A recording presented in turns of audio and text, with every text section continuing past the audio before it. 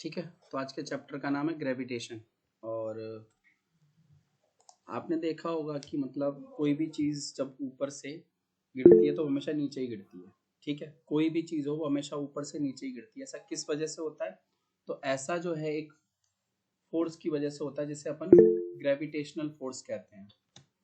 तो किस फोर्स की वजह से होता है? ग्रेविटेशनल फोर्स की वजह से होता है। वो सब किस वजह से होता है? ग्रेविटेशनल फोर्स की वजह से। लेकिन ग्रेविटेशनल फोर्स के बारे में हम समझे उससे पहले अपन लोग जान लेते हैं सेंट्रीपिटल फोर्स। तो सेंट्रीपिटल फोर्स क्या होता है? जब कोई चीज गोल चक्कर पे मतलब किसी गोल रास्ते पे ट्रेवल कर रही होती है, ठीक है, तो एक ऐसा फोर्स, जैसे मान लो एक गाड़ी गोल रास्ते पे ट्रेवल कर रही है हमारी, ठीक है, ये गाड़ी हमारी गोल रास्ते पे ट्रेवल कर रही है, तो एक ऐसा फोर्स जो उसे हमेशा सेंटर की तरफ खींच के रखता है, एक ऐसा फोर्स जो उसे हमेशा सेंटर की तरफ खींच के रखता है, उसको अपन बोलते हैं सेंट्रीपिटल फोर्स। ठीक है, क्या बोलते हैं? Centripetal force. तो a force that acts on body moving in a circular path, एक ऐसा फोर्स जो उस बॉडी पे लगता है जो कि सर्कुलर पाथ पे मूव कर रही है, and is directed towards the centre, और जो सेंटर की तरफ लग रहा है, ठीक है, उसको अपन क्या कहते हैं? सेंट्रीपिटल फोर्स, या फिर इसे सेंटर सीकिंग फोर्स भी कहा जाता है, क्योंकि ये चीजों को सेंटर की तरफ खींचता है। इस फोर्स की एब्सेंस में, ठीक है, अगर ये सेंट्रीपिटल फोर्स नहीं होगा और तुम एक धागे पे पत्थर बांध के उसे गोल गोल घुमाओ और छोड़ दो, तो वो क्या होगा? पत्थर एकदम जो है छोड़ते ही सीधा चला जाएगा। लेकिन जब तक तुम उसे क्या बोलते हैं, गोल गोल घुमा रहे हो, अपने हाथ में पकड़े हुए रस्सी और गोल गोल गोल गोल पत्थर को घुमाए जा रहे हो, तो जो तुम्हारे हाथ में तुमने जो रस्सी पकड़ रखी, तुम्हारा हाथ जो है वो सेंट्रीपिटल फोर्स के सेंटर का काम करता है, और जैसे ही तुम छोड़ दोगे वैसे ही क्या होगा? वो एकदम सीधा उड़ के चला जाएगा पत्थर। ये आपने शायद बचपन में कभी किया भी होगा, ठीक है, खेला भी होगा ऐसे करके। तो this straight line will be a tangent to the circular path. ये जो स्ट्रेट लाइन जिस पाथ से वो पत्थर छोड़ते ही गया उसे टेंजेंट टू द सर्कल कहते हैं। जैसे ये सर्कल है, सर्कल को किसी एक पॉइंट पे टच करके जाने वाली लाइन को अपन क्या कहते हैं? टेंजेंट। ठीक है। तो the motion of the moon around the earth is due to centripetal force. आपका मून, ठीक है, हमारा जो मून है वो हमारी अर्थ की तरफ क्यों घूम रहा है? सेंट्रीपिटल फोर्स की वजह से घूम रहा है। तो the centripetal force here is provided by the force of attraction of earth. यहाँ पे कौन सेंट्रीपिटल फोर्स प्रोवाइड कर रहा है? तो अर्थ। अर्थ जो है वो सेंट्रीपिटल फोर्स प्रोवाइड कर रही है। मतलब अर्थ क्या कर रही है? मून को अपने सेंटर की तरफ खींच रही है। If there were no such force the moon would pursue a uniform straight line. अगर मान लो अर्थ उसको अपनी तरफ नहीं खींचती ना, तो ये मून अर्थ की तरफ तरफ नहीं घूमता, अर्थ के चारों तरफ नहीं घूमता, एक सीधा चला जाता, कहीं और ही चला जाता, ठीक है। लेकिन हमारा मून हमारी अर्थ के चारों तरफ घूम रहा है, क्यों घूम रहा है? सेंट्रीपिटल फोर्स की वजह से घूम रहा है। तो कह रहा है कि हमें पता है कि ये गिरता हुआ सेब हमेशा जमीन पे ही गिरता है, अर्थ की तरफ ही अट्रैक्ट होता है, ठीक है। क्या एप्पल भी अर्थ को अट्रैक्ट करता है? अब सवाल ये आता है कि हमें ये तो पता है कि सेब जो है, एप्पल, वो अर्थ पे गिर रहा है। सवाल ये उठता है कि क्या ये जो एप्पल है वो अर्थ को अपनी तरफ खींचता है? अगर खींचता है तो क्यों, और नहीं खींचता तो क्यों? ठीक है। तो देखो भैया, आपको थर्ड लॉ ऑफ मोशन पता होगा, ठीक है। थर्ड लॉ ऑफ मोशन पता है कि कोई भी object, third law of motion क्या कहता था कि जब हम किसी ऑब्जेक्ट पे, एक ऑब्जेक्ट जब किसी दूसरे ऑब्जेक्ट पे फोर्स लगाता तो दूसरा ऑब्जेक्ट भी उतना ही फोर्स उस ऑब्जेक्ट पे लगाता, लेकिन अपोजिट डायरेक्शन में, ठीक है। मतलब अगर अर्थ एप्पल को खींच रही है तो जिस फोर्स से अर्थ एप्पल को खींचेगी उसी फोर्स से क्या होगा? एप्पल भी अर्थ को खींचेगा। तो the Apple does attract the earth. Third law के हिसाब से एप्पल भी अर्थ को अट्रैक्ट करेगा। पर सेकंड लॉ ऑफ मोशन भी पता है मेरे को। सेकंड लॉ ऑफ मोशन ये कहता है कि जो एक्सेलरेशन होता है वो इनवर्सली प्रोपोर्शनल होता है मास के, और हमें पता है अर्थ का मास बहुत ज्यादा है, बहुत ही ज्यादा, ठीक है। तो अब जब मास ज्यादा होगा तो एक्सेलरेशन क्या हो जाएगा? बहुत कम, क्योंकि अर्थ का मास बहुत ज्यादा है। तो जिस फोर्स से एप्पल अर्थ को खींच रहा है, ठीक है, जिस फोर्स से एप्पल अर्थ को खींच रहा है उस फोर्स से उतना एक्सेलरेशन प्रोड्यूस नहीं होता अर्थ में, मतलब अर्थ में उतना एक्सेलरेशन प्रोड्यूस नहीं होता जिससे अर्थ हमें मूव करती हुई नजर आए। तो अर्थ हमें मूव करती हुई नजर नहीं आती, लेकिन अर्थ भी अट्रैक्ट होती है किसकी तरफ? एप्पल की तरफ। ठीक है, लेकिन हमें पता है एप्पल का मास अर्थ की कंपैरिजन में बिल्कुल नेग्लिजिबल है, कुछ है ही नहीं, कहाँ अर्थ कहाँ एप्पल। तो इसीलिए जो है होता क्या है, एप्पल तो तुम्हें नीचे गिरते हुए नजर आता है और एक्चुअल में गिरता है, लेकिन अर्थ एप्पल की तरफ अट्रैक्ट होती हुई नजर नहीं आती क्योंकि उसका मास ज्यादा है, तो एक्सेलरेशन भी क्या होगा, कम प्रोड्यूस होगा। ठीक है, ये प्रिंसिपल काम करता है, यहाँ पे मास ज्यादा है तो एक्सेलरेशन कम है। फिर तुमने देखा होगा मून जो है अर्थ के चारों तरफ घूम रहा है अर्थ के सेंट्रीपिटल फोर्स की वजह से, मतलब अर्थ जो है मून को अपनी तरफ अट्रैक्ट कर रही है, तो क्या मून भी अर्थ को अट्रैक्ट करता है?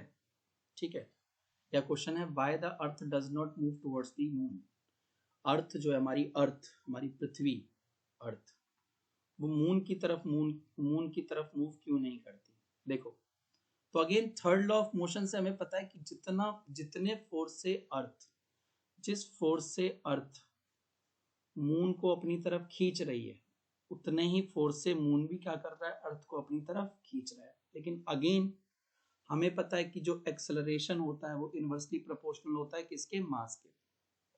अब क्या होता है, फोर्स तो इक्वल है, फोर्स तो इक्वल है, पर हुआ क्या, यहाँ पे जो आपका मून का मास है वो कम है, मून का मास कम है अर्थ के कंपैरिजन, तो मून में जो एक्सेलरेशन होगा वो ज्यादा होगा, मतलब जिस स्पीड से, जिस एक्सेलरेशन से मून अर्थ की तरफ आएगा वो ज्यादा होगा।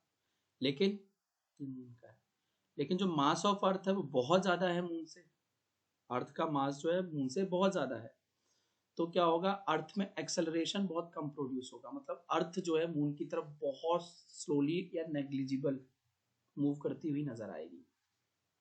ठीक है, तो इसी वजह से हमें जो है अर्थ मून की तरफ मूव करती हुई नजर नहीं आती।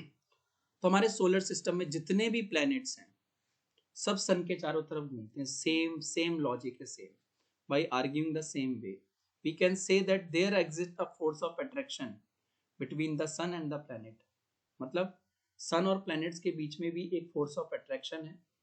इनफैक्ट दुनिया में जितने भी ऑब्जेक्ट हैं, इस पूरे यूनिवर्स में जितने भी ऑब्जेक्ट हैं वो एक दूसरे को अपनी तरफ अट्रैक्ट करते हैं, सेम उसी फोर्स से।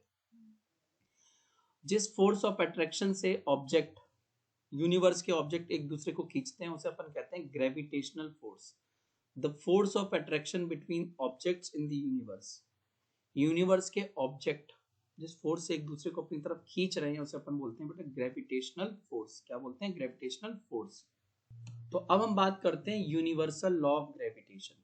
ठीक है, तो यूनिवर्सल लॉ ऑफ ग्रेविटेशन कहता है क्या है कि इस यूनिवर्स का हर एक ऑब्जेक्ट, ठीक है, every object attract every other object, मतलब इस यूनिवर्स का हर एक ऑब्जेक्ट दूसरे ऑब्जेक्ट को क्या करता है, अट्रैक्ट करता है एक फोर्स के साथ, एक फोर्स के साथ जो कि प्रोपोर्शनल है सॉरी, जो कि प्रोपोर्शनल है क्या, उनके मासेस के प्रोडक्ट के, मासेस के प्रोडक्ट मतलब मासेस के मल्टीप्लाई के, और इनवर्सली प्रोपोर्शनल है square of distance between them, उनके बीच की जो दूरी है उसके स्क्वायर के इनवर्सली प्रोपोर्शनल है।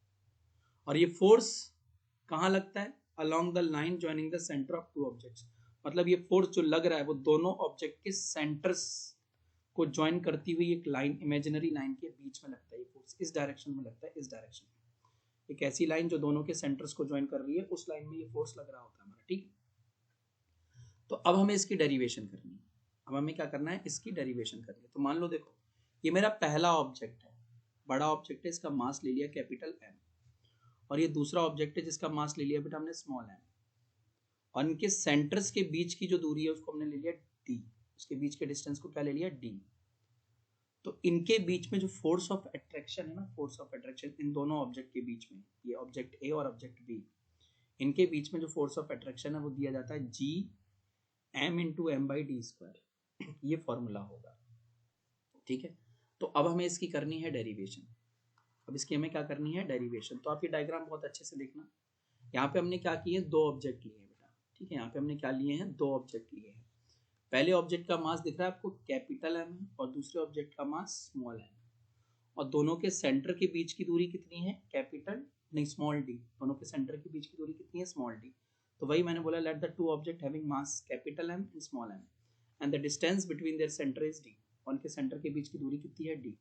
तो इन दोनों के सेंटर्स के बीच में, इन दोनों के बीच में जो फोर्स ऑफ अट्रैक्शन है, जिस फोर्स से एक दूसरे को खींच रहे हैं, उस फोर्स को मैंने मान लिया कैपिटल एफ। क्या मान लिया? Capital F. तो अब यूनिवर्सल लॉ ऑफ ग्रेविटेशन के हिसाब से, ठीक है, यूनिवर्सल लॉ ऑफ ग्रेविटेशन के हिसाब से सबसे पहले तो ये फोर्स, ये जो अट्रैक्टिव फोर्स है, लॉ ऑफ मतलब ये जो ग्रेविटेशनल फोर्स है, वो डायरेक्टली किसके प्रोपोर्शनल है? To the product of masses, to the product of masses of the object, object के जो मासेस है उनके प्रोजेक्ट, ठीक है, प्रोडक्ट के। तो पहली लाइन क्या कहती है यूनिवर्सल लॉ ऑफ ग्रेविटेशन की बेटा? ये जो फोर्स ऑफ अट्रैक्शन है दो ऑब्जेक्ट के बीच में, वो डायरेक्टली प्रोपोर्शनल है किसके? Directly proportional to the product of masses of two object. यानी कि ये जो फोर्स ऑफ अट्रैक्शन जिसे मैं एफ कह रहा हूं, एफ, ठीक है, वो एफ डायरेक्टली प्रोपोर्शनल का ये साइन होता है किसके है? मासेस के प्रोडक्ट के, मतलब पहले ऑब्जेक्ट का मास इनटू दूसरे ऑब्जेक्ट का मास। इक्वेशन 1। दूसरे नंबर पे क्या कह रहा है? यही फोर्स, ये force of attraction inversely proportional है to the square of distance between them. यानी ये एफ इनवर्सली ऐसे लिखा जाता है 1 अपॉन किसके? स्क्वायर ऑफ डिस्टेंस यानी डी स्क्वायर के इनवर्सली प्रोपोर्शनल है। ये एफ किसके इनवर्सली प्रोपोर्शनल है? डी स्क्वायर के। ये मेरी इक्वेशन 2 हो गई। अब तुम देख रहे हो इक्वेशन 1 और इक्वेशन 2 दोनों ही किसके लिए है? एफ के लिए। तो हम इनको दोनों को क्या कर देते हैं? कंबाइन। तो कंबाइनिंग इक्वेशन 1 एंड 2, अगर मैं इक्वेशन 1 और 2 को कंबाइन कर देता हूँ तो वी गेट, हमें क्या मिलेगा बेटा? तो हमें देखो पहले तो f डायरेक्टली प्रोपोर्शनल टू मिलेगा m इंटू एम के, और इनवर्सली प्रोपोर्शनल मिलेगा डी स्क्वायर के, ठीक है, क्योंकि 1 अपॉन डी स्क्वायर तुम जब इसके साथ मल्टीप्लाई करोगे वो नीचे में डी स्क्वायर ही आ जाएगा, ठीक है। अब तुम्हें पता है कि जब भी आप ये प्रोपोर्शनल का साइन हटाओगे बेटा, ये वाला साइन हटाओगे और इक्वल का साइन लगाओगे, तो आपको एक कांस्टेंट रखना पड़ता है हमेशा, जिसे हम g ले लेते हैं। इस केस में हम उस कांस्टेंट को क्या मानते हैं? g। और ये g जो होगा हमारा किसके बराबर होगा? ठीक है, सॉरी g तो अभी बाद में बता दूंगा मैं आपको। तो ये g, उसके बाद जैसे ही तुमने प्रोपोर्शनल का साइन हटा के इक्वल का साइन लगाया तो हमें यूनिवर्सल कांस्टेंट रखना पड़ता है g, उसके बाद आप सारी वैल्यूज एज इट इज रख दोगे। तो ये है हमारा फोर्स का value, F is equal to G mm, बड़ा M इंटू छोटा m टी का स्क्वायर। अब यहाँ पे जो मैंने कैपिटल G लिया ना बेटा, capital G is the universal gravitational constant, मतलब यूनिवर्स में इसकी वैल्यू हर जगह सेम रहेगी, ठीक है, यूनिवर्स में इसकी वैल्यू हर जगह सेम रहेगी, ठीक है। तो अगर आप कहो कि सर मुझे तो इस G की वैल्यू निकालनी है, तो इस G की वैल्यू निकालने के लिए क्या करना पड़ेगा आपको? देखो ये जो डी स्क्वायर है यहाँ ले जाना, G को अकेला करना है, और m इंटू एम क्या होगा? इनके नीचे आ जाएगा। नहीं समझ आया तो देखो भाई कैसे किया जाएगा ये चीज। अगर आपको इस कैपिटल G की वैल्यू निकालनी है, अगर if you want to calculate the value of capital G, तो what you need to do is, देखो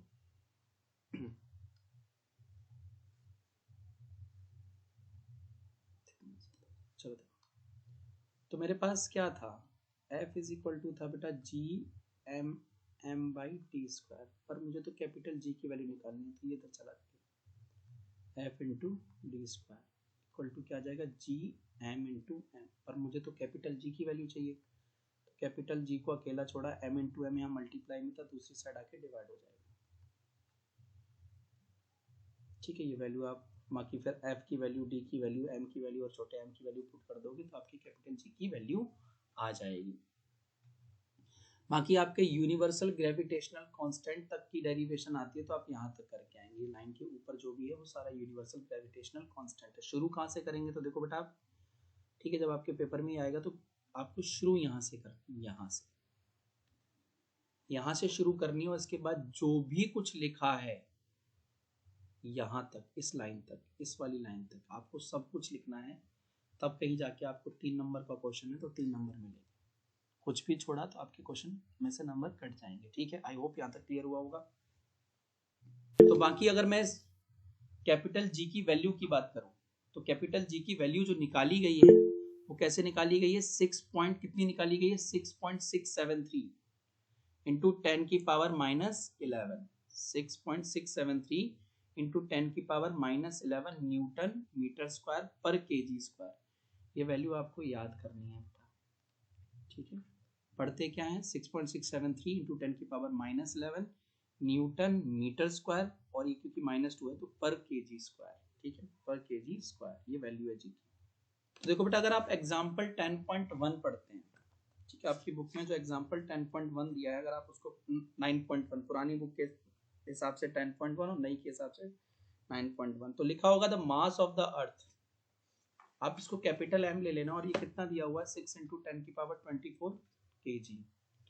फिर mass of the moon, moon का मास कितना दिया है हमें 7.4 इंटू 10⁻22 kg।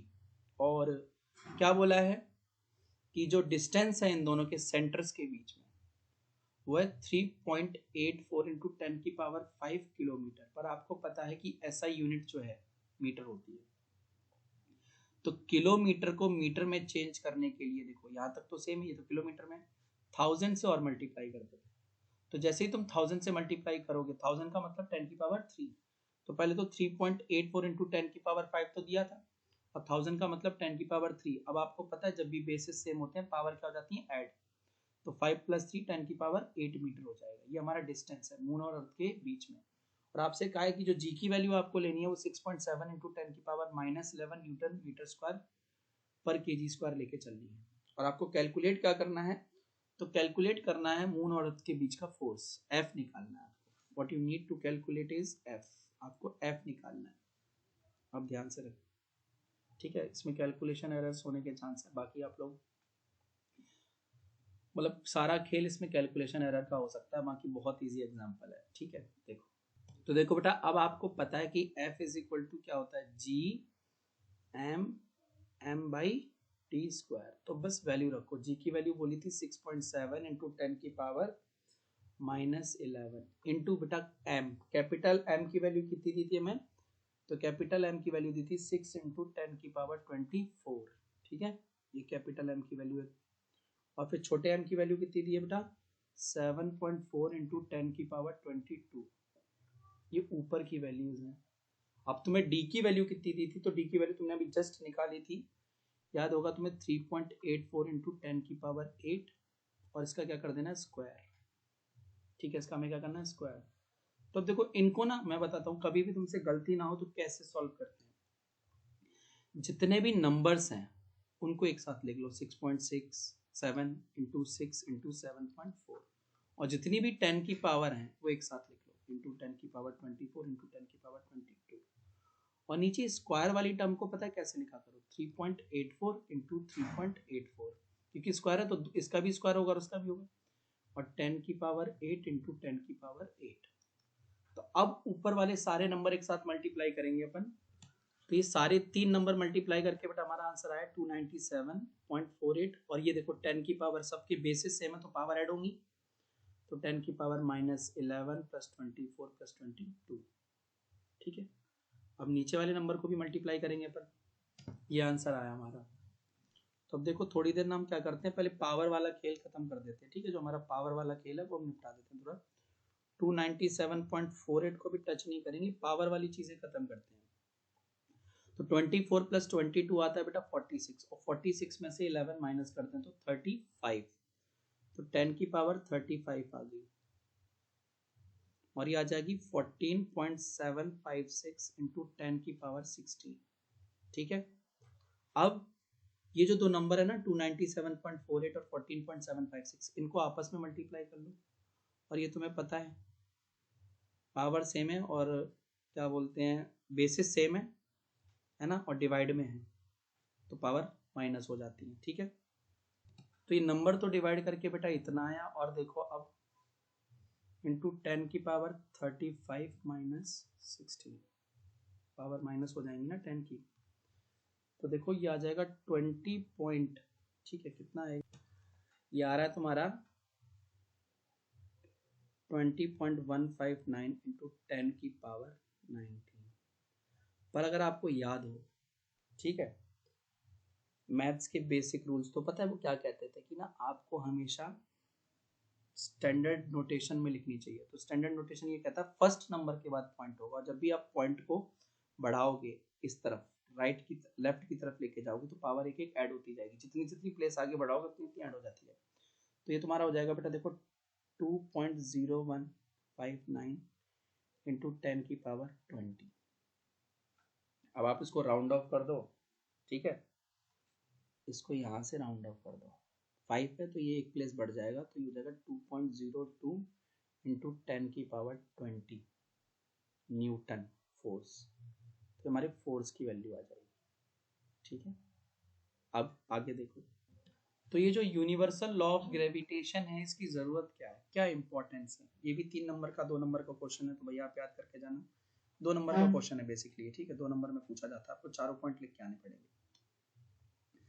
तो ये देखो, ये जो यूनिवर्सल लॉ ऑफ ग्रेविटेशन है उस फोर्स के बारे में हमें बताता है जो हमको अर्थ से बाइंड करके रखता है, हमें अर्थ से जोड़ के रखता है, उस फोर्स के बारे में बताता है यूनिवर्सल लॉ ऑफ ग्रेविटेशन, ठीक है।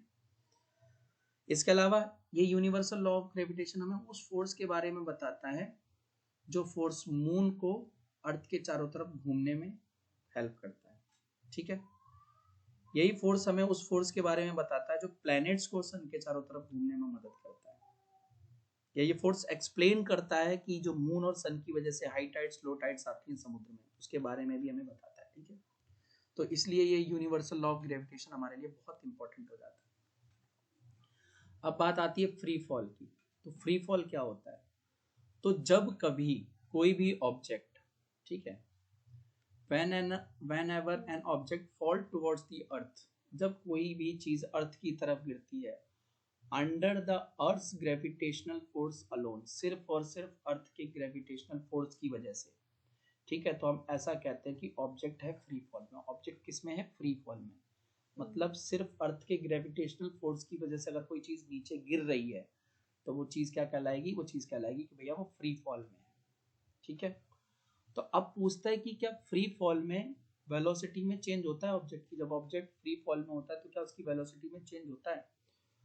तो देखो, while falling there is no change in direction of motion, direction में तो चेंज नहीं क्योंकि नीचे ही गिर रही है of the object, but due to earth's attraction there will be a change in the magnitude of velocity, पर वेलोसिटी की वैल्यू में चेंज आता रहता है, जैसे जैसे अर्थ के पास पहुंचती जाती है उसकी वेलोसिटी बढ़ती चली जाती है, ठीक है, जैसे जैसे वो अर्थ के पास चीज पहुंचती जाती है उसकी वेलोसिटी और तेज होती चली जाती है। तो हाँ, वेलोसिटी में चेंज होता है, मैग्नीट्यूड की वजह से, डायरेक्शन की वजह से नहीं, ठीक है। अब बात हम करते हैं एक्सेलरेशन ड्यू टू ग्रेविटी। तो हमें पता है कि जब भी कोई ऑब्जेक्ट अर्थ की तरफ गिरता है तो एक एक्सेलरेशन इन्वॉल्व है, क्यों, मैंने भी बताया ना, वेलोसिटी में चेंज आता है। यहाँ मैंने बताया ना, जब भी कोई चीज नीचे की तरफ गिरती है फ्री फॉल में होती है तो वेलोसिटी में चेंज आता है, और वेलोसिटी में चेंज का मतलब क्या है, acceleration, change in velocity is called acceleration, ठीक है। तो ये जो एक्सेलरेशन है, ये वेलोसिटी में जो चेंज जिसे हम एक्सेलरेशन कह रहे हैं वो किसकी वजह से है, अर्थ ग्रेविटेशनल फोर्स, अर्थ के ग्रेविटेशनल फोर्स की वजह से। इसीलिए ये जो एक्सेलरेशन प्रोड्यूस हुआ है किस ऑब्जेक्ट में, फ्री फॉल वाले ऑब्जेक्ट में, किसकी वजह से, अर्थ के ग्रेविटेशनल फोर्स की वजह से, उस एक्सेलरेशन को अपन क्या कहते हैं, acceleration due to gravitational force of the earth, और इतना बड़ा ना कहा जाए तो एक्सेलरेशन ड्यू टू ग्रेविटी कहते हैं, एक्सेलरेशन ड्यू टू ग्रेविटी। अब इस एक्सेलरेशन ड्यू टू ग्रेविटी को हम छोटे जी से डिनोट करते हैं, क्योंकि एक्सेलरेशन है तो ऐसा यूनिट एक्सेलरेशन वाली ही होगी, मीटर पर सेकंड स्क्वायर, और क्योंकि एक्सेलरेशन है तो वेक्टर क्वांटिटी होगी, है ना। अब the magnitude of the gravitational force F will be equal to the product of masses and acceleration due to gravitational force, that is, मतलब तुम्हें पता है कि जो फोर्स होता है ना, फोर्स आपने पिछले चैप्टर में, सेकंड चैप्टर में पढ़ा होगा, force is equal to ma होता है, लेकिन ये हॉरिजॉन्टल चीजों के लिए, तो जब हॉरिजॉन्टल पाथ पे कोई चीज मूव करती है, लेकिन जब भी कोई चीज वर्टिकल पाथ या तो ऊपर जाती है नीचे जाती है तो ये F की वैल्यू हो जाती है mg, क्योंकि वहां ग्रेविटी इन्वॉल्व हो जाती है, वो जो एक्सेलरेशन है वो ग्रेविटेशनल फोर्स की वजह से होता है, तो g, ठीक है। तो हमारा सबसे पहले क्या हो जाएगा, देखो मैं तुम्हें ना छोटे g की वैल्यू निकालना सिखा रहा हूँ यहाँ पे, तो ये मिटा देता हूँ। तो मैंने क्या कहा कि जब कोई भी ऑब्जेक्ट वर्टिकल पाथ में ट्रेवल करता है तो उस पर जो फोर्स लगता है उसकी वैल्यू क्या होती है बेटा, F is equal to mg, कौन सा फोर्स लगता है, F is equal to mg, equation 1। फिर आपको ये भी पता है also F is equal to क्या होता है आपका G mm by D square, ये भी तो होता है, अभी आपने जस्ट पढ़ा था पीछे इक्वेशन 2। तो आप देख रहे हो इक्वेशन 1 और इक्वेशन 2 दोनों ही किसके बराबर है, F के बराबर है। तो फ्रॉम इन्हें इक्वेट कर देंगे फ्रॉम 1 एंड 2, 1 और 2 से मुझे क्या मिल जाएगा, देखो बेटा F दोनों में से गायब हो जाएगा, तो F की वैल्यू एक जगह mg थी और दूसरी जगह क्या थी, G mm by D square. तो देखो इसमें ये छोटा m कट जाएगा, तो मेरे G की वैल्यू क्या आएगी, G m by D square, ये मेरी छोटी G की वैल्यू आ जाएगी। अब निकालनी कैसे, ठीक है, तो देखो अब आपको पता है कि जो ऑब्जेक्ट है, ठीक है, वो किधर गिर रहा है, अर्थ की तरफ गिर रहा है, किधर गिर रहा है, अर्थ की तरफ। तो ये जो फोर्स लग रहा है, जो फोर्स अर्थ की तरफ खींच रहा है, वो कहाँ से जनरेट हो रहा है, वो फोर्स अर्थ के सेंटर से जनरेट हो रहा है। तो एक बात बताओ, ये अर्थ है, ये इसका सेंटर है और यहाँ पे आपका ऑब्जेक्ट है, तो इस दूरी को अपन क्या बोलते हैं, सेंटर से सर्कल के ऊपर तक की दूरी को क्या बोलते हैं, रेडियस। ठीक है, ये हमारी अर्थ है, तो अर्थ के सेंटर से अर्थ की सरफेस तक की दूरी को अपन क्या बोलते हैं, रेडियस। यानी जो आपका डिस्टेंस था जिसे अपन डी लेके चल रहे थे, वो किसके बराबर है, रेडियस ऑफ अर्थ के। ठीक है, जो आपका डिस्टेंस है वो किसके बराबर है, रेडियस ऑफ अर्थ के बराबर। ठीक है, तो देखो बेटा ऊपर जो हमारा g का formula gm by D square आ रहा था, अब d हमारा r के बराबर है, तो ये फॉर्मूला चेंज हो जाएगा। अब ये क्या हो जाएगा अपना, अब ये चेंज होके हो जाएगा हमारा g is equal to gm by R square. ठीक है, तो अब वैल्यू रख दो, यहाँ पे जो मास होगा वो अर्थ का मास होगा, क्योंकि भैया अर्थ खींच रही है ना अपनी तरफ, और रेडियस भी किसका लिया जाएगा, अर्थ का लिया जाएगा। तो बस अब हम यही वैल्यू रखकर आंसर निकाल लेंगे। तो जी की वैल्यू, अब आपको पता है कि कैपिटल जी की वैल्यू कितनी होती है बालको, तो कैपिटल जी की वैल्यू होती है 6.7 इंटू 10 की पावर -11, यही होती है। और अगर अर्थ के मास की बात करें, किसके, अर्थ के मास की, तो ये होता है 6 इंटू 10 की पावर 24 kg। और अर्थ के रेडियस की बात करें तो अर्थ का रेडियस होता है बेटा 6.4 इंटू 10 की पावर 6। रेडियस का क्या कर देना, स्क्वायर, तो ये जाएगा 6.6 इंटू, मैंने तुम्हें बताया था नंबर एक तरफ, पावर एक तरफ, तो कैलकुलेशन बहुत इजी हो जाती है, हम कभी गलत नहीं करेंगे। फिर क्योंकि स्क्वायर है तो 6.4 दो बार आ जाएगा, और 10 की पावर 6 इंटू 10 की पावर 6 भी दो बार आ जाएगा। ठीक है, अब जब तुम 6.7 को 6 से मल्टीप्लाई करोगे तो ये आएगा आपका बेटा 40.2, कितना आएगा, 40.2। और देखो क्योंकि दोनों बेसिस 10 है ना, और बीच में मल्टीप्लाई है तो पावर ऐड हो जाएगी, तो कितना हो जाएगा, 10 की पावर -11 प्लस 24, और नीचे 6.4 इंटू 6.4 का अगर हम स्क्वायर करते हैं, 6.4 का स्क्वायर आता है 40.96। अब देखो इसी को आगे जरा सॉल्व करो अपन, तो अगर हम इसको आगे सॉल्व करते हैं तो ये आ जाता है बेटा हमारा 40.2 इंटू 10 की पावर 13, है ना, और ये आ जाएगा 40.96 इंटू 10 की पावर 12। तो आपको पता है ये दोनों एक तरफ, ये दोनों एक तरफ। ठीक है, तो 40.2 को अगर मैं डिवाइड करता हूँ 40.96 से, तो मेरी वैल्यू आती है 0.98। ठीक है, और 10 की पावर 13 और 10 की पावर 12 डिवाइड में, तो पावर क्या हो जाएंगी, माइनस। ठीक है, तो 0.98 इंटू 10 की पावर कितना हो जाएगा बेटा, 1। 10 की पावर 1 मतलब 10, तो 0.98 को अगर मैं 10 से मल्टीप्लाई करूँ, 0.98 को मैं 10 से मल्टीप्लाई करूँ तो कितना हो जाएगा, 9.8 मीटर पर सेकेंड स्क्वायर। ये मेरे छोटे जी की वैल्यू आ जाएगी। ठीक है, ये मेरे छोटे जी की वैल्यू होगी। आई होप क्लियर हुआ होगा ये चीज।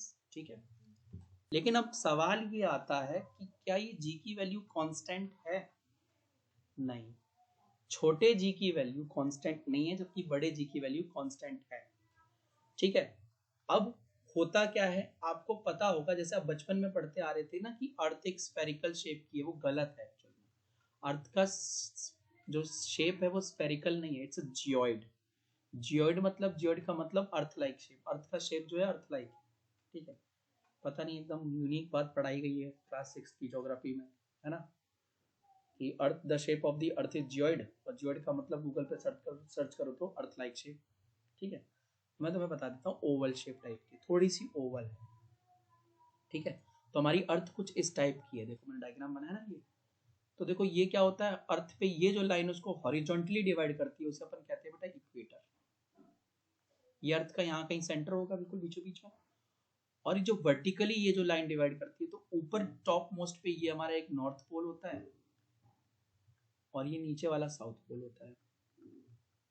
ठीक है, और अगेन ये हमारा इधर भी इक्वेटर ही है और ये हमारा सेंटर है। ठीक है, ये हमारा सेंटर है। आपको एक चीज याद होगी कि F is inversely proportional to the D square के, याद है? तो देखो मैं अगर आपसे पूछूं कि सेंटर से इक्वेटर ज्यादा दूर है कि सेंटर से पोल, तो आप कहोगे सर सेंटर से इक्वेटर ज्यादा दूर है, यानी सेंटर टू इक्वेटर का डिस्टेंस ज्यादा है। तो देखो अब हमें क्या पता चल रहा है कि सेंटर से इक्वेटर ज्यादा दूर है ना, और सेंटर से नॉर्थ पोल या साउथ पोल बहुत पास है, तो मतलब मुझे ये तो पता चल गया कि सेंटर, देखो अगर मैं इक्वेटर पे बात करता हूँ, इक्वेटर पे तो डिस्टेंस इक्वेटर पे क्या है, ज्यादा। जब डिस्टेंस ज्यादा होगा तो फोर्स अपने आप क्या हो जाएगा, कम। फोर्स क्या हो जाएगा, कम। और अगर फोर्स कम हो जाएगा तो अपने आप जी की वैल्यू भी कम हो जाएगी, क्योंकि एफ और जी दोनों डायरेक्टली प्रोपोर्शनल है। एफ और जी क्या हमारे दोनों डायरेक्टली प्रोपोर्शनल है। ठीक है, तो इसीलिए इक्वेटर पे जी की वैल्यू क्या होती है, कम। इक्वेटर पे जी की वैल्यू क्या होती है, कम। लेकिन अगर मैं पोल्स की बात करूं, पोल्स पे तो आप देख रहे होगे पोल्स पे क्या है, सेंटर से पोल की दूरी क्या है, डिस्टेंस बहुत कम। इसके हिसाब से क्योंकि इनवर्सली प्रोपोर्शनल है तो फोर्स क्या हो जाएगा, अपने आप ज्यादा, और फोर्स ज्यादा है तो जी की वैल्यू भी अपने आप क्या हो जाएगी, ज्यादा। ठीक है, इसीलिए दोनों पोल्स पे जी की वैल्यू ज्यादा रहती है और इक्वेटर पे जी की वैल्यू कम रहती है। ठीक है, तो लिखा ना।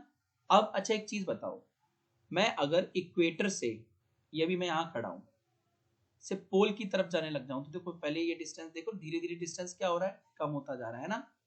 जैसे ही मैं इक्वेटर से पोल की तरफ बढ़ रहा हूं तो डिस्टेंस सेंटर से घटता जा रहा है ना।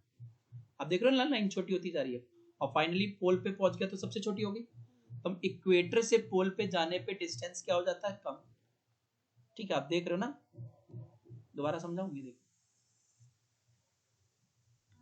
अभी मैं इक्वेटर पे खड़ा हूं इस जगह, यहां से जैसे जैसे मैं पोल की तरफ बढ़ने लगा ऐसे ऐसे ऐसे ऐसे, तो देखो सेंटर से डिस्टेंस देखो धीरे धीरे धीरे धीरे क्या होता जा रहा है, कम होता जा रहा है।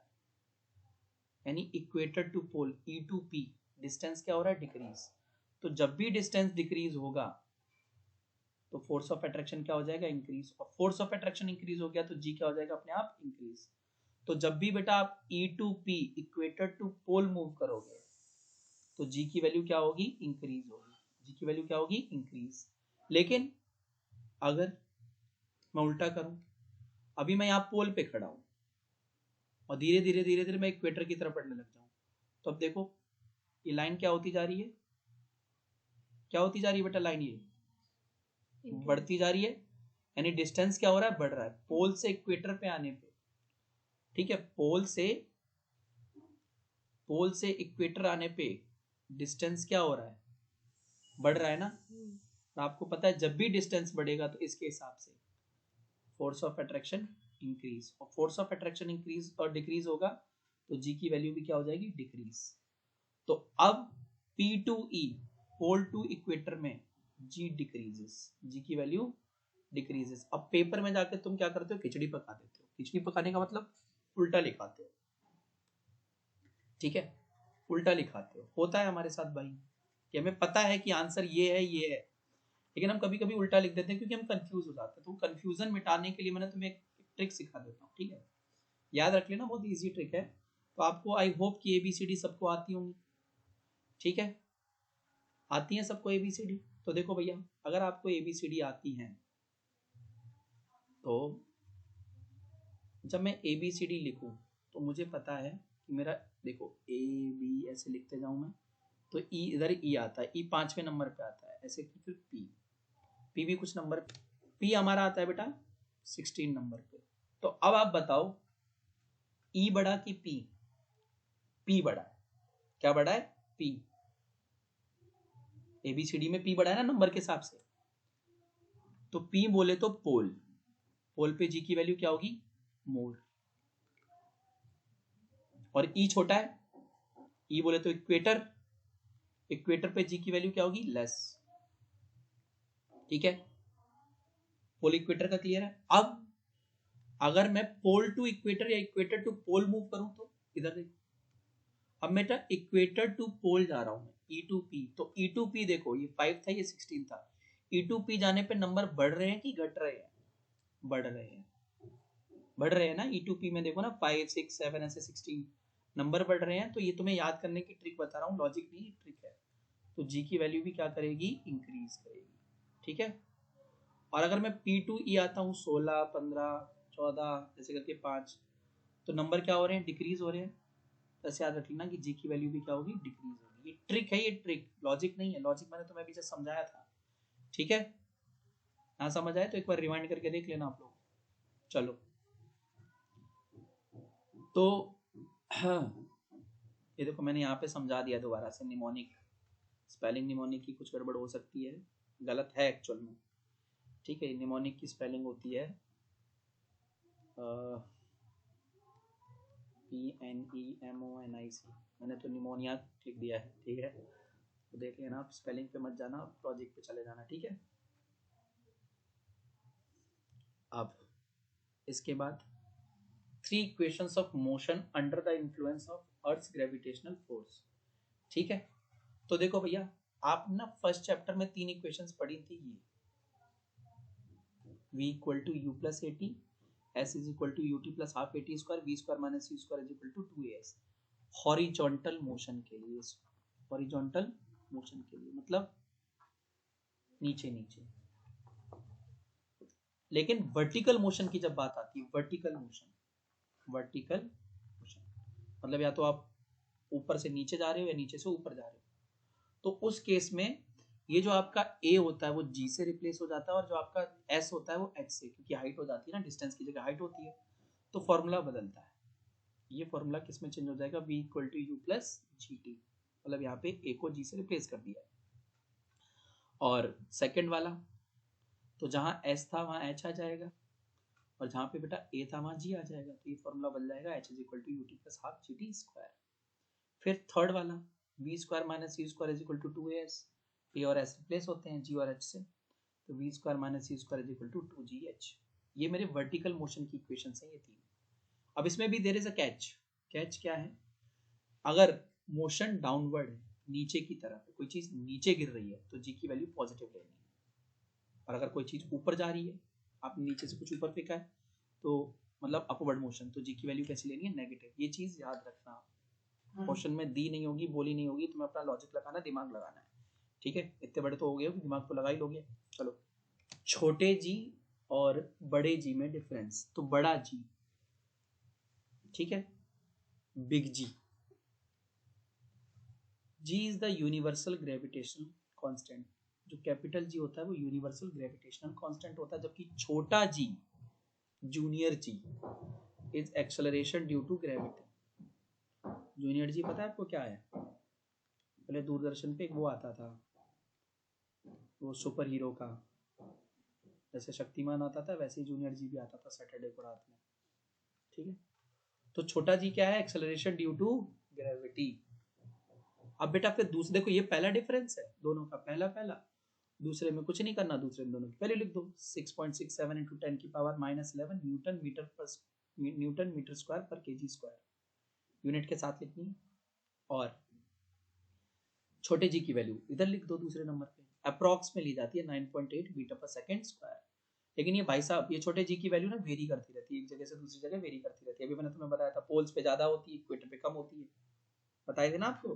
ठीक है, फिर ये बड़ा जी, क्योंकि नाम ही इसका कांस्टेंट है, यूनिवर्सल ग्रेविटेशनल कांस्टेंट, तो पूरे ब्रह्मांड में, पूरे यूनिवर्स में इसकी वैल्यू सेम है, कभी नहीं बदलेगी। लेकिन आपका ये जो भाई साहब है ना छोटा जी, इसकी वैल्यू जगह जगह बदलती रहती है। जैसे मैंने बताया था, पोल और इक्वेटर पे, पोल्स पे ज्यादा, इक्वेटर पे कम है। ऐसे ही अर्थ पे ज्यादा है, मून पे तो 1/6 हो जाती है। अगर आपका वेट अर्थ पे 60 kg है, तो मून पे 10 के नहीं 60 न्यूटन है वेट, तो मून पे आपका वेट कितना रह जाएगा 10 न्यूटन, 1/6 हो जाओगे आप। वेट में चेंज आता है, मास में नहीं। फिर ये जो बड़े जी की वैल्यू है ना, independent of the distance between the masses, distance कितना भी हो उसे कोई फर्क ही नहीं पड़ता। बड़े जी को डिस्टेंस का कोई फर्क नहीं पड़ता, डिस्टेंस लाखों करोड़ों किलोमीटर की क्यों ना हो, कोई फर्क नहीं पड़ेगा। लेकिन ये जो भाई साहब हैं ये छोटे जी, जूनियर जी, इसकी वैल्यू डिस्टेंस पे डिपेंड करती है। दो ऑब्जेक्ट के या दो मासेस के बीच में जो डिस्टेंस है उस पर डिपेंड करती है। कैसे डिपेंड करती है? डिस्टेंस ज्यादा है तो जी की वैल्यू कम हो जाएगी, डिस्टेंस ज्यादा है तो जी की वैल्यू कम हो जाएगी। सर ये कहाँ से लिखा रहे हो? तो ये मैं यहाँ से लिखा रहा हूँ बेटा, G M by R square. याद आ रही है आपको? अभी तो डिराइव करवाई थी। डिस्टेंस बोले तो आर की वैल्यू, अगर आर की वैल्यू ज्यादा है, देखो जी और आर इनवर्सली हैं, एक ऊपर एक नीचे इनवर्सली है, तो अगर आर की वैल्यू ज्यादा है तो जी की वैल्यू अपने आप क्या हो जाएगी? कम। और अगर आर की वैल्यू कम है तो जी की वैल्यू अपने आप क्या हो जाएगी? ज्यादा, क्योंकि क्या है? Inversely proportional. ठीक है, आई होप क्लियर हो। ये 3-3 नंबर के क्वेश्चन है, ये छोटे जी बड़े जी में डिफरेंस लिखा भी हुआ है 3 मार्क्स, ऊपर भी लिखा होगा शायद मैंने। ठीक है, ये 2 या 3 मार्क्स में आ जाता है। फिर आता है मास और वेट के बीच में डिफरेंस। ठीक है, मास और वेट के बीच में डिफरेंस। तो मास मास क्या होता है? The quantity of matter in a body is known as the mass. किसी भी ऑब्जेक्ट के अंदर या मैटर के अंदर, किसी भी चीज के अंदर जो उसके अंदर मैटर है, मतलब किसी भी बॉडी के अंदर, किसी भी ऑब्जेक्ट के अंदर जो उसके अंदर मैटर है, चीजें हैं, ठीक है, मास वगैरह, इंसानों में, जानवरों में मास वगैरह, ठीक है, या क्या बोलते हैं किसी नॉन लिविंग चीज में जो मैटर, जो भी चीज है, मतलब जो चीज स्पेस ले रही है ना, मैटर, या जिसका वेट मास है। ठीक है, तो मास क्या है? क्वांटिटी ऑफ मैटर, कितना मैटर है उसके अंदर, कितनी चीजें हैं, कितना मास। एक तरीके से यही समझ लो कि कितना मास है ना, उसे हम कहते हैं मास। वेट क्या होता है? वेट वो फोर्स है, वो ग्रेविटेशनल फोर्स है जिसे जिससे अर्थ आपको अपनी तरफ अट्रैक्ट कर रही है, अपने सेंटर की तरफ अट्रैक्ट कर रही है, उसे अपन क्या कहते हैं? Weight. Weight is the gravitational force, weight is the gravitational force with which the earth attracts object towards its center, जिसकी वजह से, जिससे अर्थ, ठीक है, वो फोर्स जिससे अर्थ किसी चीज को अपनी तरफ खींचती है उसे अपन क्या कहते हैं? वेट। ठीक है, अर्थ आपको जिस भी फोर्स से अपनी तरफ खींचती है वो आपका वेट है। फिर mass, mass is a scalar quantity. ये तो याद ही कर लोगे यार, मास स्केलर क्वांटिटी, क्योंकि सिर्फ और सिर्फ मैग्नीट्यूड है, डायरेक्शन नहीं है। Weight, weight is a vector quantity, है ना, मैग्नीट्यूड भी है, न्यूटन में निकलता है वेट, और डायरेक्शन भी है। ठीक है, नीचे आओगे अर्थ की तरफ बढ़ने लग जाएगा, अर्थ से ऊपर जाओगे घटने लग जाएगा, घट रहा है ना डायरेक्शन के हिसाब से। ठीक है, तो क्या है ये हमारा? वेट वेक्टर क्वांटिटी है। मास की जो एसआई यूनिट है वो है केजी। मास की एसआई यूनिट कितनी है? केजी। और जबकि वेट की एसआई यूनिट है न्यूटन, क्योंकि वेट फोर्स ही तो है, और फोर्स की जो एसआई यूनिट है भाई वेट की एसआई यूनिट है। मास कैसे निकलता है? तो मास निकलता है m is equal to F upon A, force upon में एक्सेलरेशन। जबकि वेट कैसे निकलता है? Mass into G, mass into gravitational. किसी भी बॉडी का जो मास होगा वो कांस्टेंट होगा, यूनिवर्स में कहीं पे भी बदलेगा नहीं। मतलब अगर अर्थ पे आप 100 केजी के हो, तो आप अगर कहीं भी चले जाओ, मून पे भी चले जाओ, तो मास तो 100 केजी ही रहेगा, मास चेंज नहीं होगा। वेट आपका वेरिएबल है, मतलब वेट बदल सकता है। अर्थ पे अगर मान लो आप बेटा 300 न्यूटन के हो, तो मून पे इसके 1/6 रह जाओगे, यानी 50 न्यूटन के रह जाओगे। कितने के रह जाओगे? 50 न्यूटन के। मतलब वेट किसी भी ऑब्जेक्ट का जो है वो वेरिएबल है, और ये लोकेशन के ऊपर डिपेंड कर सकता है। ठीक है, the weight of a body depends on the location, location के ऊपर डिपेंड करेगा। तो अगेन वही चीज आपको याद रखनी है, किसी भी ऑब्जेक्ट का पोल्स पे वेट मैक्सिमम होगा, क्योंकि पोल्स पे जी की वैल्यू क्या होती है? Maximum. Weight equal to M G है ना, तो जी की वैल्यू क्या होगी? मैक्सिमम। फिर किसी भी ऑब्जेक्ट का, ठीक है, किसी भी ऑब्जेक्ट का वेट जो है मिनिमम होगा इक्वेटर पे। मिनिमम किस पे होगा? इक्वेटर पे, ठीक है। The weight of a body is minimum at equator as G is minimum at equator, क्योंकि जी जो है इक्वेटर पे सबसे कम होता है। जी की वैल्यू घट जाएगी तो अपने ऑब्वियसली बात है, क्या बोलते हैं वो, वेट भी घट जाएगा।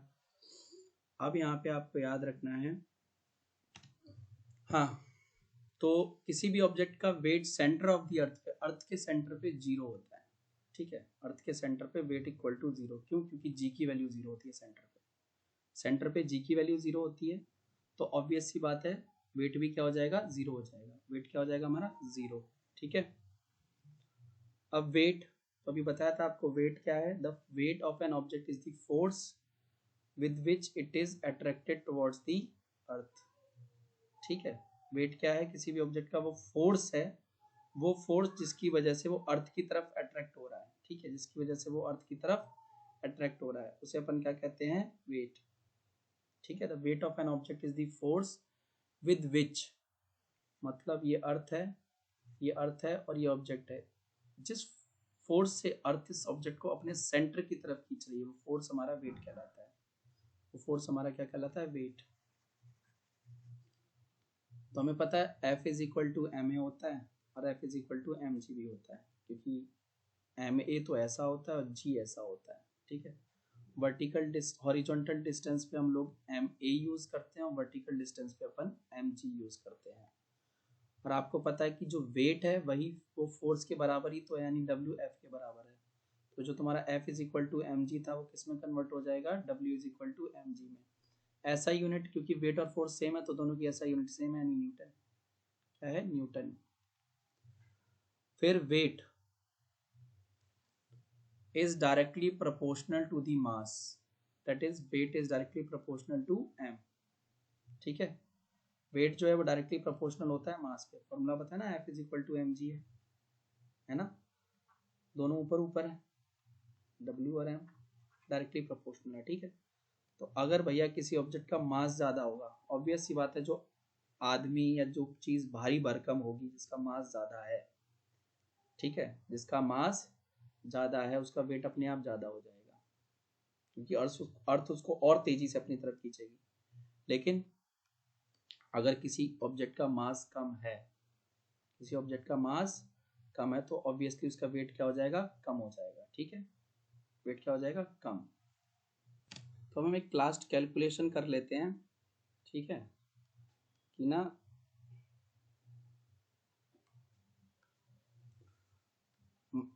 किसी भी ऑब्जेक्ट का मून पे क्या वेट रहेगा, मास नहीं, मास तो सेम ही रहेगा, वेट की बात करते हैं। तो मान लो हमारे पास एक ऑब्जेक्ट है जिसका मास है m, ठीक है। और मान लो जब वो मून पे जाएगा, ठीक है, जब वो मून पे जाएगा तो उसका वेट डब्ल्यू एम हो जाएगा, और जब वो अर्थ पे रहेगा तो उसका वेट डब्ल्यू ई होगा, ठीक है। वेट ऑन मून कितना है? W M, M for moon, और weight on earth W E, ठीक है। उस ऑब्जेक्ट का अर्थ पे मास मान लेते हैं एम एम, ये एम मतलब मास और एम मतलब मून, और अर्थ पे उसका मास ले लेते हैं एम ई, एम मतलब मास और ई मतलब अर्थ, ठीक है। रेडियस ले लेते हैं मून का, तो रेडियस को आर से डिनोट करते हैं, मून के लिए एम लगा देंगे, और अर्थ, अर्थ, ठीक है। तो रेडियस ऑफ अर्थ क्या रहेगा हमारा? आर ई, कितना रहेगा? R E respectively. तो by universal law of gravitation, ठीक है, यूनिवर्सल लॉ ऑफ ग्रेविटेशन से क्या कहता है universal law of gravitation? F is equal to G M, M by D square होता है ना, लेकिन हमें पता है डी जो है डिस्टेंस आर ले लेते हैं अपन, डी इक्वल टू आर, अगर याद हो जी की वैल्यू में हमने निकाला था ना। तो अगर मैं उस ऑब्जेक्ट का मून पे क्या निकालूं? वेट। तो तुम्हें पता होगा वेट जो है ना एफ के बराबर होता है। तो weight of the object on moon यानी डब्ल्यू एम, मून पे उसका वेट डब्ल्यू एम लिया था, वो क्या होगा? जी एम, यहाँ पे मून का वेट मास इनटू ऑब्जेक्ट का मास अपॉन में रेडियस ऑफ मून उसका स्क्वायर, इक्वेशन 1। ऐसे ही उसी ऑब्जेक्ट का, ठीक है, ये आ ही गया, उसी ऑब्जेक्ट का वेट अर्थ पे क्या हो जाएगा? G ME mass of earth into object का mass into radius of earth का स्क्वायर, इक्वेशन नंबर 2। ठीक है, अब हमें एक्चुअल में निकालना क्या है, दोनों का रेशियो मतलब वेट ऑफ मून अपन में वेट ऑफ अर्थ। तो मून का वेट क्या था बेटा, GMM into M by RM का स्क्वायर, यही था ना। और वेट ऑन अर्थ क्या था, इक्वेशन 1 को मैं 2 से डिवाइड कर रहा हूँ, ठीक है, कुल मिलाकर। तो GME into M by RE square, तो G से G कैंसिल हो जाएगा, M से M कैंसिल हो जाएगा, बचेगा क्या देखो, तो बच रहा है हमारा MM by RM square upon में ME अपॉन में RE स्क्वायर। तो देखो होगा क्या, ये इधर चला जाएगा और ये इधर चला जाएगा, क्रॉस मल्टीप्लाई हो जाते हैं। तो MM इंटू RE स्क्वायर हो जाएगा और ME इंटू RM स्क्वायर हो जाएगा। ठीक है, क्लियर। अब कुछ कटने से रहा बेटा, अब वैल्यू रखी जाएंगी, अब हमारी वैल्यू रखी जाएंगी। तो MM मास ऑफ मून, ठीक है, मास ऑफ मून, ये आपको वैल्यूज दी होंगी। मास ऑफ मून हमारा क्या रहेगा, तो मून का मास जो आप लेके चलेंगे ना, ठीक है, किसका, मून का मास, वो हमें दिया हुआ होगा, ये होगा 7.36 इंटू 10 की पावर 22। इसको मल्टीप्लाई करना रेडियस ऑफ अर्थ, किससे, रेडियस ऑफ अर्थ के स्क्वायर से। तो भैया अर्थ का रेडियस हमको लेके चलना है 6.37 इंटू 10 की पावर 6 का स्क्वायर, ठीक है, अपॉन में मास ऑफ अर्थ, अर्थ का मास तो 5.98, कितना लेना हमें, 5.98, ठीक है, इंटू 10 की पावर 24। और RM रेडियस ऑफ मून, ये आपको सब दिया होगा, ठीक है, 1.74 इंटू 10 की पावर 6 का होल स्क्वायर, ठीक है। अब इसको थोड़ा सा और सॉल्व करने की कोशिश करेंगे, तो 7.36 इंटू 10 की पावर 22 इंटू स्क्वायर लगाना, तो 6.37 इंटू 6.37 इंटू 10 की पावर 6 इंटू 10 की पावर 6, स्क्वायर की वजह से सब कुछ डबल डबल लिखना पड़ता है ना। फिर 5.98 इंटू 10 की पावर 24, और बेटा 1.74 इंटू 10 की पावर 6 के ऊपर क्या लगा है, स्क्वायर, तो 1.74 इंटू 1.74 इंटू 10 की पावर 6 इंटू 10 की पावर 6, ठीक है। चलो देखो, अब अगला रूल क्या होता था, आपको पता होगा, इस तरीके की कैलकुलेशन निपटाने के लिए क्या करते हैं, सारे नंबर्स एक तरफ लिख लेते हैं, ठीक है। तो 7.36 इंटू 6.37 इंटू 6.37 इंटू 10 की पावर 22, ठीक है, इंटू 10 की पावर 6 इंटू 10 की पावर 6 अपॉन में 5.98 इंटू 10 की पावर 24 इंटू 1. ठीक है, ये तो गड़बड़ होगी हमसे, चलो कहीं काट देता हूँ, इंटू फिर 1.74 इंटू 1.74 इंटू 10 की पावर 6 इंटू 10 की पावर 6। अब चाहो तो ना 10 की पावर 6 10 की पावर 6 काट लो, है ना, कट गया ना ये, ठीक है।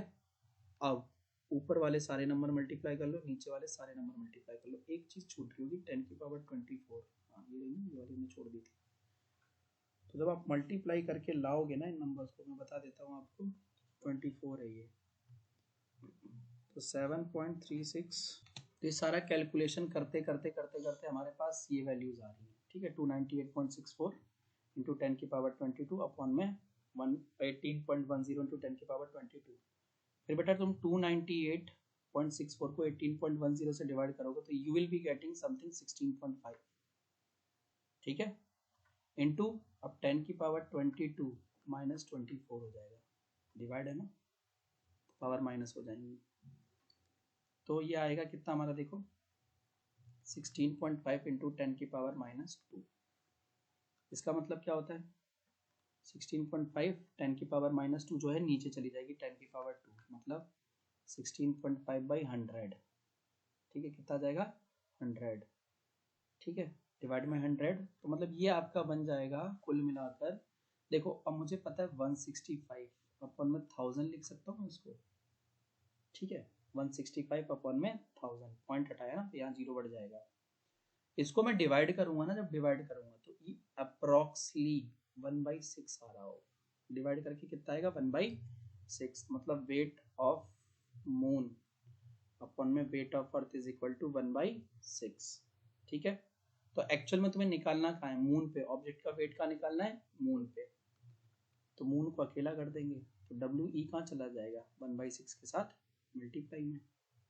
ठीक है, तो मतलब किसी भी ऑब्जेक्ट का वेट मून पे जो है वो 1/6 होगा वेट ऑन अर्थ के, मतलब अर्थ पे जाके घट, मून पे जाके घट जाएगा। Weight of object on moon, किसी भी ऑब्जेक्ट का मून पे जो वेट है वो 1/6 रह जाएगा अर्थ के, अर्थ पे उस वेट के। ठीक है, अर्थ पे जो वेट होगा उसके। ठीक है, तो यही था हमारा। ठीक है, फिर उसके बाद न्यूमेरिकल्स वगैरह होंगे, आप न्यूमेरिकल्स वगैरह करके देखना, बाकी मैं तुम्हें बता देता हूँ न्यूमेरिकल्स क्या है।